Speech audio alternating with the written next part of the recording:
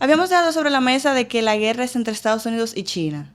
¿Correcto, Pellegrín? Entonces, ¿qué papel juega entonces el Medio Oriente? ¿Por qué se dice que ellos son los conflictivos y que Estados Unidos se está defendiendo? O sea, no entiendo por qué entre esos dos si el Medio Oriente está en el centro de cuando todo. yo empezaba a describir cuáles eran los pilares de la globalización, yo mencioné los mercados globales integrados, mencioné el multiculturalismo, que ya yo creo que nadie discute que ha resultado un fracaso. La misma Angela Merkel, que era la promotora principal en Europa, confesó, de Alemania, la ex canciller de Alemania, confesó que fue un grave error, una ingenuidad creer que se podía cultivar esa visión multicultural, y resulta que no ha sido. Está. No ha sido. El multiculturalismo se fue a pique porque los organismos internacionales, y se vio en el COVID, no eran capaces de enfrentar adecuadamente la crisis, no ayudaron, al contrario, se convirtieron en instrumento de la política china con el COVID. ¿Se refiere a las vacunas? Con todo, porque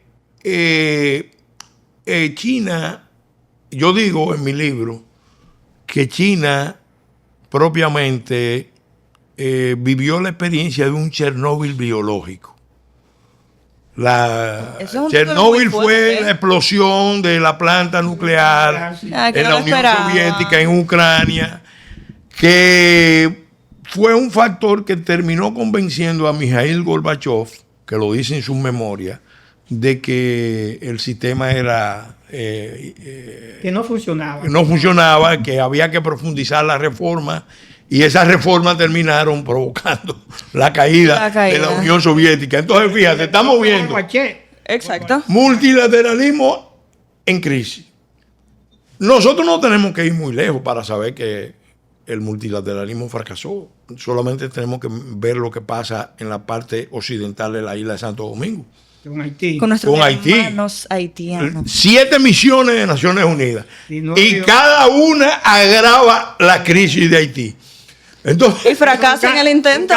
Inaudito. No, y con muchos elementos de corrupción, con muchos elementos oscuros, una cosa terrible. Entonces, bandas organizadas, ¿qué pasa? Además. Narcotráfico. Esa idea del multiculturalismo, multilateralismo, mercados integrados, movido por la fuerza de mercado, supuestamente eso iba a traer mucha paz y mucha integración del mundo, porque el mundo partía de un supuesto equivocado,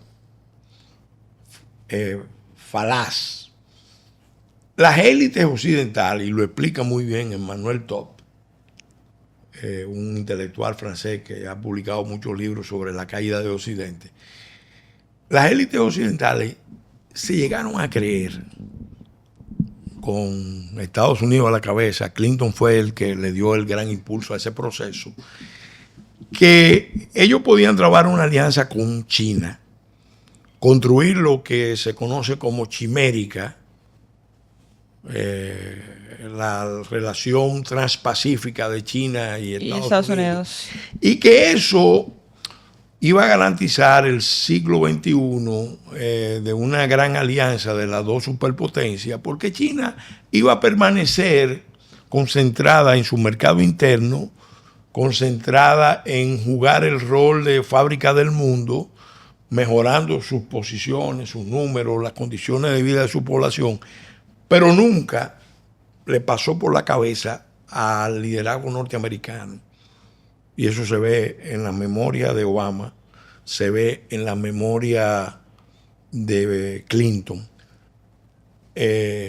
Presidentes demócratas. Biden no ha sacado memoria y creo que me parece perdió la memoria. Me parece que ya no. Creo que perdió la memoria. Me parece que ya Pero lo cierto es que ellos creyeron que China no iba a ser imperialista.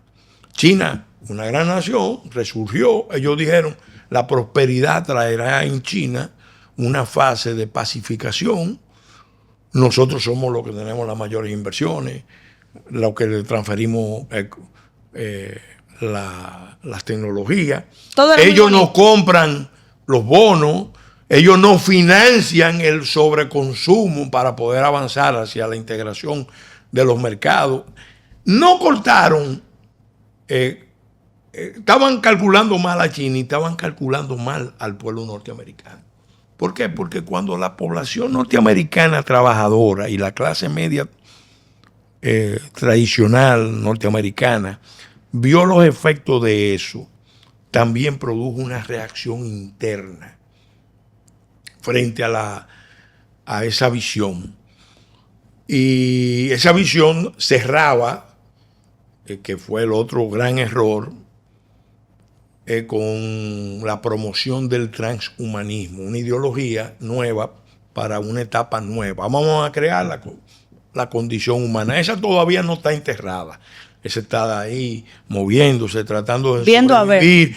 Ese transhumanismo, ¿qué es lo que aspira? ¿Qué es lo que busca?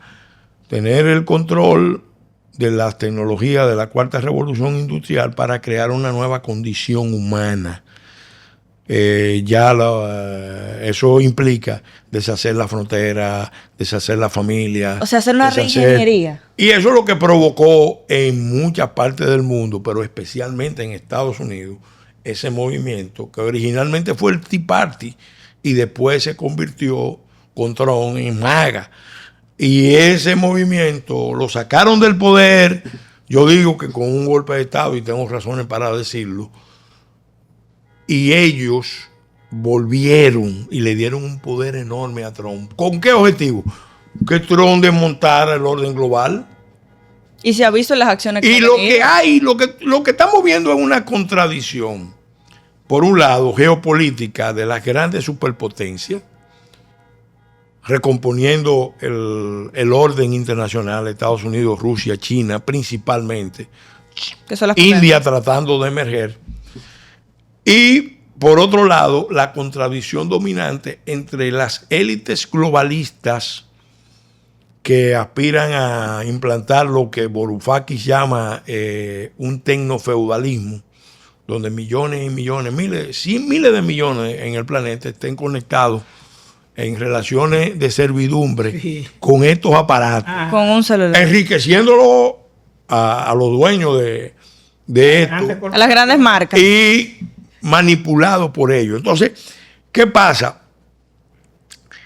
El transhumanismo está ahí vivo, actuando en los Estados Unidos, Pelegrín, excusa, y en el mundo. Y ya el programa está antes de... Entonces, ¿cómo va a terminar? Mira, yo creo que la contradicción dominante, y lo explica muy bien Peter Seihan, yo se lo recomendé al presidente Abinader, al presidente Fernández, al presidente Medina y al presidente Hipólito Mejía. Le dije, miren, ustedes, las direcciones de los partidos, deberían estudiar este libro de Peter Seihan que se llama El fin del mundo es solo el comienzo. ¿Por qué? Porque... ¿Qué título? Brillante. ¿Qué título? Porque te dice que el mundo que conocemos, ese mundo finalizó. Ahora empieza una nueva etapa de recomposición y ya... ¿Dónde está la contradicción principal? Que China tiene el control de las cadenas de suministro de tierras raras y materiales críticos y está usando eso como un arma geopolítica contra todos los que no la tienen, que descansaron en la idea de que los chinos son proveedores seguros, ellos no van a usar eso como arma económica. Óyeme. Y lo están haciendo. Entonces, ¿qué le están diciendo a los chinos? Bueno, nosotros lo vamos a enfrentar. Lo vamos a enfrentar primero con la India. Y por eso se dio la reunión, antes de esta guerra, se dio la reunión del G20 y ahí se anunció el corredor India-Golfo-Europa como un potencial rival de China. China lo interpretó muy bien. Por eso, con su aliado Irán, lanzó la ofensiva para frustrar ese plan que se esbozó en el G20. contra China y los Estados Unidos, que no necesitan ya petróleo y gas, porque ellos son autosuficientes, más ellos exportan. Y tienen a Venezuela ahora. Y ahora tienen Venezuela y tienen Canadá. Entonces, ¿qué es lo que le están diciendo los norteamericanos a los chinos? Bueno, si ustedes siguen presionando a todos, porque a todos, con el tema de el control monopólico, oligopólico de la tierra rara, los materiales críticos, estratégicos, nosotros también tenemos manera de presionar. China depende mucho de combustible. Claro. Yo no quiero que se quede igual que la India. El aspecto, Sí. las implicaciones que tiene esa guerra en lo local. El CONE ha propuesto una serie de medidas que tú seguramente como político... Yo critico, mira, yo he criticado al liderazgo del país porque ellos lo que están tratando es de producir ajustes presupuestarios, cambios en la política liderazgo fiscal. En general, el político y el empresarial. Aquí deberíamos darnos cuenta de que esto plantea, lo decía ayer en el foro contra la violencia y la criminalidad que organizó el Listín Diario y la UAS. En mi turno yo dije claramente, miren, deberíamos darnos cuenta de que el escenario mundial está volátil, incandescente. Está muy convulso. Entonces nosotros deberíamos prepararnos como país para los escenarios más extremos, porque eso hacen los países que quieren pasar a ser de países resilientes a países antifrágiles. Nosotros todavía no llegamos a resilientes. Tenemos algunas resiliencias, pero no llegamos a resilientes. Nosotros somos un estado débil que puede convertirse en un estado fallido. Pero específicamente, ¿qué medidas propone usted? Ahora mismo la semana pasada emitimos una declaración donde propusimos 12 medidas. Y son más, pero 12 medidas principales. Vamos a empezar por la más elemental. Austeridad. Y te lo digo, te lo digo yo como ministro que fui de Energía y Minas. Aquí tenemos que darle altísima prioridad, como dice la Constitución de la República, a la exploración de petróleo en tierra y mar.